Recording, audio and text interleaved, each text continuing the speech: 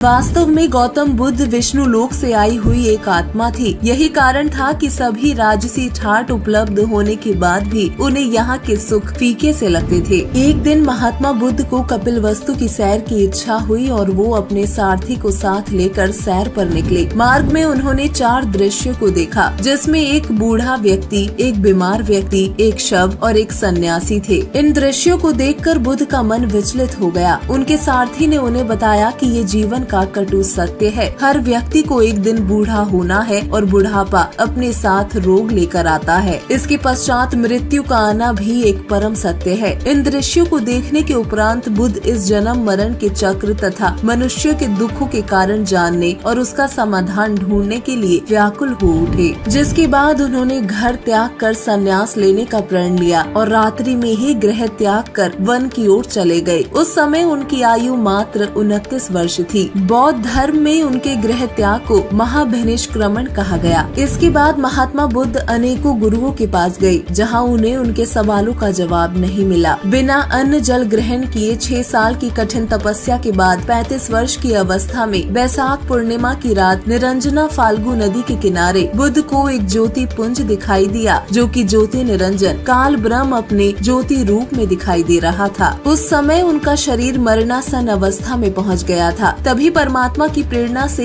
एक माई ने उन्हें खीर खिलाई। रोज थोड़ा थोड़ा अन्न ग्रहण करने से बुद्ध की स्थिति में सुधार आया। हालत ठीक होते ही उठकर खड़े हुए और उनका पहला कथन था, starvation could not lead to salvation, अर्थात भूखा रहने से भगवान नहीं मिलता। आपको बता दें, पवित्र गीता जी के अध्याय 3 श्लोक 6 से 8 व गीता अध्याय 5 श्लोक 2 में घर त्याग कर हठ योग यानी तपस्या करने को निषेध कहा गया है और कर्म न करना यानी कर्म संन्यास की अपेक्षा कर्म करते करते भक्ति कर्म करने को श्रेष्ठ बताया है। तथा गीता अध्याय 16 श्लोक 23 में कहा गया है कि जो व्यक्ति शास्त्र विधि को त्याग कर अपनी इच्छा से मनमाना आचरण करता है, उसे न सुख न सिद्धि प्राप्त होती है और न ही उसकी परम गति होती है।